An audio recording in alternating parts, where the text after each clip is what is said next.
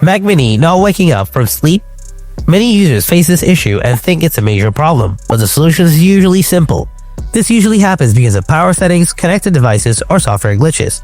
In this video, I'll show you how to fix your Mac Mini won't wake you up from sleep. Let's fix it right now. Solution 1. Force restart. Press and hold the power button on the back of the Mac Mini. Wait for about 10 seconds until the device shuts off. After it shuts off, hold off, wait a few seconds again, and then simply press the power button again to restart, and then see whether it works or not. Solution 2. Unplug everything. So now unplug all the USB devices, external drives, or hubs of Mac Mini from the power source. Wait 15 to 30 seconds. Next, plug them back in, and now try pressing the button again. Solution 3. Boot into safe mode.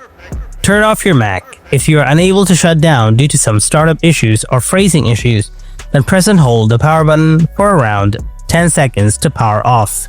Then wait for another 10 seconds. Now press and hold the power button until the startup disk and some options appear. Now release the power button. Next, select your startup disk, and after that, press and hold the shift key. You will see a button called Continue in Safe Mode. Click on it, wait for a while.